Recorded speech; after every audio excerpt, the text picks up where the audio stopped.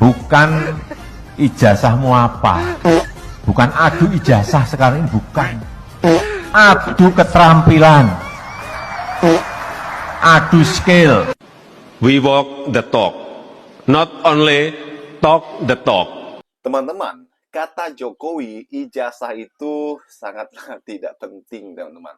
Yang penting itu adalah adu gagasan, skill, dan sebagainya.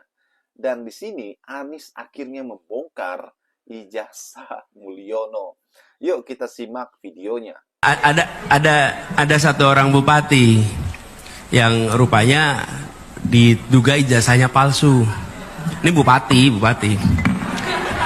Kemudian si bupati itu ditanyain, "Pak, ini benar Pak Bupati dulu ijazahnya palsu?" "Ya enggak, setahu saya asli. Waktu dulu beli saya bilang minta yang asli." Jadi jangan sampai belinya yang palsu, kata dia. Saya baru tahu kalau ternyata saya dikasihnya yang palsu, kata dia. Ya. Sebenarnya semuanya berawal dari ketidakterbukaan Pak Paiman ya. Kemudian juga adanya WA kepada Mas Roy ya. Kemudian muncul pernyataan dari Berto ya, Berto Suryadi ya, tentang pasar Pramuka Pojok. Jadi sebut namanya itu pasar Pramuka Pojok. Memang saya sejak lama saya tahu pasar Pramuka Pojok itu ya tempat mereka yang menginginkan kebutuhan dokumen ya, dokumen penting tapi palsu. Dan itu kualitasnya bisa 99% loh. Bahkan visa Amerika aja bisa mereka palsu. Oh, visa Amerika dan itu lolos kalau dipakai ke Amerika. Lolos. Oke. Gila kan? Lolos. Jadi di situ tidak ada yang tidak terlibat dalam persoalan kayak gitu. Memang papernya adalah pengetikan pencetakan skripsi. Semua sama.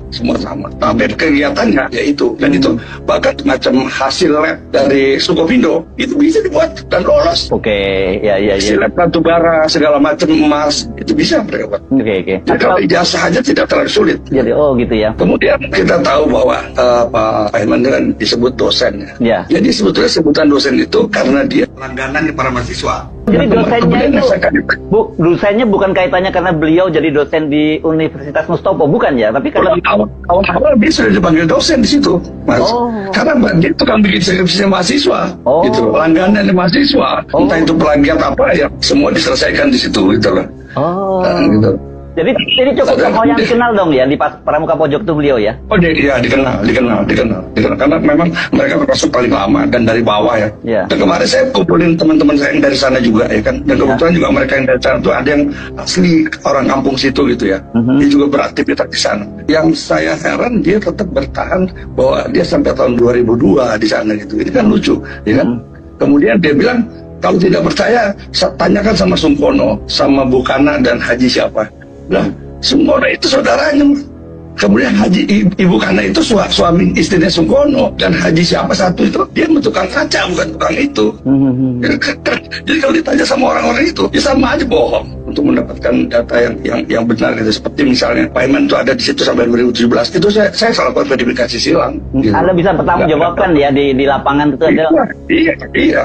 Dan bisa bertanggung jawabkan. Jadi kalau dia bilang 2002 itu dia bohong. Kebenaran memang kadang tidak mati. Ia hanya disumpal, ditutup debu waktu, atau dibakar habis sebelum sempat bersuara. Di sebuah pasar kecil di Jakarta, menyimpan jejak yang tak lekang oleh api. Seorang tokoh besar pernah mengaku telah lama meninggalkan tempat itu. Tapi, benarkah ia pergi, atau hanya berpindah peran di balik layar kekuasaan? Hari ini, nama Paiman Raharjo pun kembali mencuat, bukan karena prestasi akademik, tapi karena jejak masa lalunya yang semakin sulit ditutup-tutupi. Jika sejarah bisa dipalsukan, siapa yang masih bisa dipercaya? Lalu mengapa pasar Pramuka Pojok, tempat yang dikenal sebagai sarang dokumen palsu, mendadak terbakar? Ini apakah hanya kebetulan? Atau jejak itu terlalu panas untuk dibiarkan? Profesor Paiman Raharjo, mantan wakil menteri, mengaku sudah meninggalkan pasar Pramuka sejak tahun 2002. Akan tetapi, kesaksian dari seorang ex-perwira intelijen, yaitu Sri Rajasa Chandra, menyebutkan sebaliknya. Ex-intelijen ini juga mengklaim bahwa banyak saksi mata yang siap memberikan kesaksian bahwa Paiman masih beraktivitas di Pramuka hingga tahun 2017. Dan salah satunya bahkan pernah ditangkap karena membuat dokumen palsu. Saya temui mereka langsung, mereka berani bersaksi. Bahkan ada yang bilang, saya masih nongkrong sama Pak Iman tahun 2010, ungkap Sri Rajasa. Dan yang lebih menarik, bukannya membantah dengan jujur, Pak Iman di sini justru menyodorkan 3 saksi, yang semuanya adalah anggota keluarganya sendiri, yaitu Sungkono, Ibu Kono, dan seseorang yang bernama Haji, untuk membenarkan klaimnya bahwa ia sudah tak lagi di Pasar Pramuka sejak tahun 2002. Kenapa mesti saksi dari keluarga sendiri? Kenapa bukan dari rekan-rekan lama di pasar itu? Dan hal ini pun semakin menambah kecurigaan di publik. Kalau kebenaran bisa dibela hanya oleh kerabat, lalu buat apa kita punya hukum? Mengapa tidak hadirkan teman-teman lama di Pasar Pramuka sebagai saksi? Atau jangan-jangan mereka tahu terlalu banyak tentang hal ini? Pasar Pramuka Pojok memang bukanlah pasar biasa. Dari visa palsu, ijazah palsu, hingga hasil lab palsu, semua bisa dicetak dengan kualitas nyaris sempurna. Tentu ini bukan cerita film, kata mantan intelijen yang hidup lama dan tumbuh besar di Jakarta. Tempat ini bahkan dicurigai menjadi lokasi pembuatan ijazah Presiden Jokowi. Dan siapa penghubungnya? Lagi-lagi nama Pak Iman pun mencuat. Awalnya saya tidak terlalu tertarik dengan masalah ijazah ini, tapi ketika Pak Betor mengatakan bahwa ini diselesaikan di Pasar Pramuka, kan, kemudian saya teringat pada masa lalu. Dulu waktu saya masih jadi mata-mata, saya juga menikmati produk-produk Pasar Pramuka. Contoh seperti misalnya saya harus masuk ke tempat tertentu, saya harus gunakan ID card, saya bikin di situ. Jadi saya tahu persis. ID card apa aja tuh ya, mau jadi wartawan Pak, jadi wartawan. Apa aja. Kita ada kegiatan tertentu misalnya kan, kita masuk harus pakai ID card, kita buat ID card di sini. Oke. Bahkan saya pernah lihat di depan mata kepala saya, visa Amerika dibuat dan lolos. Dan lolos Lolos. sampai Amerika. Ya, saya ada orang masih. Masih. Kalau ijazah waktu itu harganya antara 8 juta sampai 11 juta lah kalau Di Pasar Pramuka itu. Pasar Pramuka. Semua yang ada di Pasar Pramuka melakukan kegiatan dokumen palsu. Semua. Sampai tahun berapa itu Pak? Ya, Sampai tahun kebakaran. Sampai kebakaran, oke. Sampai kebakaran gitu loh. Jadi ketika Pak Betor bicara soal Pasar Pramuka, jadi saya teringat masa lalu. Kemudian Ya. saya langsung mendatangi teman-teman dulu ya kan, yang ada di Pasar Pramuka. Dan ternyata muncul nama Pak Paiman.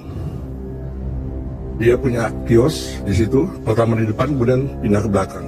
Dan itu diakui sama beberapa orang yang ada di situ, bahwa itu sampai tahun 2017.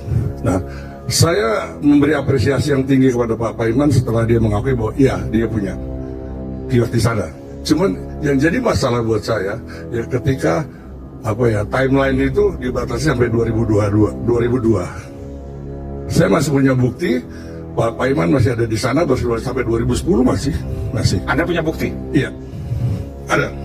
Di sana tuh maksudnya dia pegang toko, apa namanya? Dia punya toko, punya kios, semua namanya kiosnya sama Pak, kios pencetakan dan penjilitan skripsi. 2010 Mas Roy, dari 2010 berarti? Iya, artinya begini, sampai 2017 masih di sana gitu loh ya. Cuman ada bukti-bukti untuk yang menyatakan bahwa Pak Paiman 2010 juga masih di sana gitu loh Pak. Kemudian yang jadi masalah ketika Pak Paiman menyatakan bahwa dia sampai 2002 di sana. Ini kan tentunya kan ada sesuatu nih, ya kan? Mengaku ke Mas Roy sampai 2002, betul ya? Ya, itu saya dibuat. cuma sampai 2002. Ada di dalam Berarti satu pernyataannya ya? ada dalam pernyataannya ada juga. Jadi awalnya saya tidak pernah Teman-teman, polemik ijazah Pak Jokowi ini tidak ada akhir-akhirnya, tidak ada ujungnya. Sampai detik ini ijazah Pak Jokowi itu masih hangat dibicarakan. Bagaimana laporan demi laporan itu masih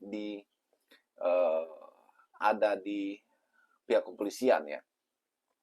Dan Pak Jokowi keberatan daripada pernyataan Roy Suryo, Dr. Tiva, Rismond, dan kawan-kawan yang membongkar dugaan ijazah palsu Pak Jokowi. Dan Pak Jokowi merasa keberatan dan melaporkan mereka ke kepolisian ya.